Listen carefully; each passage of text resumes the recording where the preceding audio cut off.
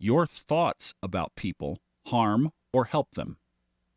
Can your thoughts about people harm or help them? Sure they can. Thoughts are things. They are energy forms that are transmitted between people. It's another one of those things that the school/education, media, indoctrination complex fails to teach. This is how it technically works.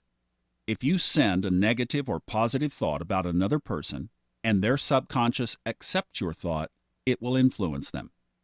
If their subconscious does not accept it, it will boomerang back to you.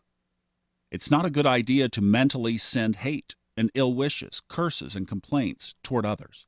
If they are at a consciousness level that accepts your harmful thoughts, if they believe in them, you can bring bad fortune and illness to others just with your mind. But if they do not believe in it, if they are at an immune consciousness level, whatever you send them will reflect back to you, and you send yourself misfortune and pain. So rather than projecting rage on others, it's best to just release those emotions within yourself. It's a good idea to mentally send love and well wishes, blessings, forgiveness, and peace toward others. It won't help with people who subconsciously reject good energy, and in that case, it will boomerang back to you. But many will be receptive and greatly, greatly helped by your kind thoughts. I've made it a habit to inwardly bless all participants of my seminars. This I do non-verbally, and I do it in the evening after the seminar day. I simply hold the face of a course participant in mind, and I send him or her thoughts such as, "May you find peace," or "May you find abundance," or "I wish you well," or "Please send this person goodness." And then I move on to the next face and apply the same.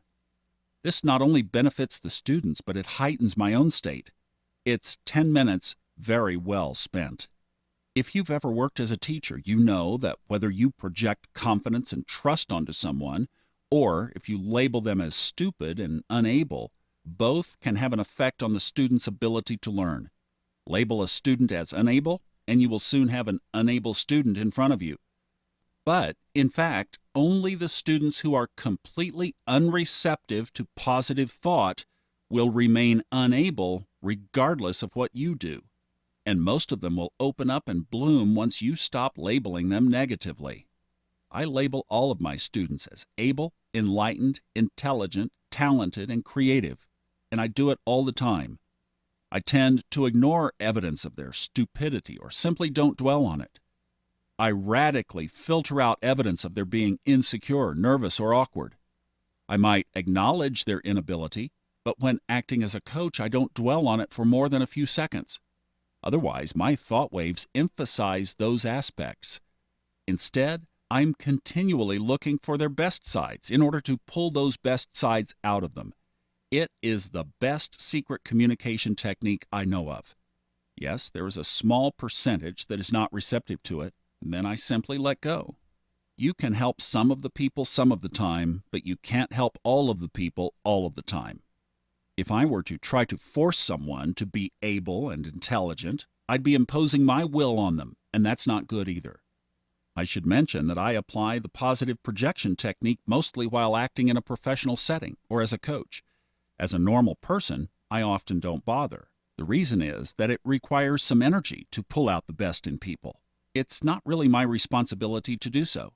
It's a favor one does now and then to improve certain processes. It's an option, not a rule. It's a choice, not a default. Most of the time, you'll want to upgrade people in your thoughts, to enable them to distort your perception temporarily and see their best sides.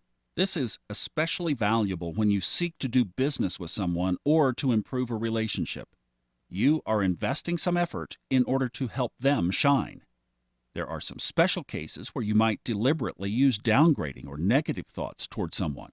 This is when you have idealized a person, put them too high, and made them godlike, to a point where you feel afraid and uncomfortable in their presence. Here's an example. You may want to flirt with or get to know that special someone, but you're too afraid to talk to them because you think they are so very important and good-looking, while you feel small.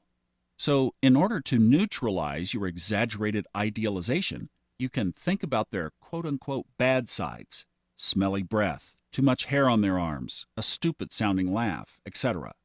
Instead of making them a superstar in your mind, make them only human. Instead of seeing them on a stage, see them in the restroom. You get the idea. Instantly, your attitude relaxes, and you're able to approach him or her without fear. On the other hand, if it's your aim to see people as they really are, then you would let go of all positive, negative distortions and just observe, free of judgment. By just observing, their good and not so good sides reveal themselves.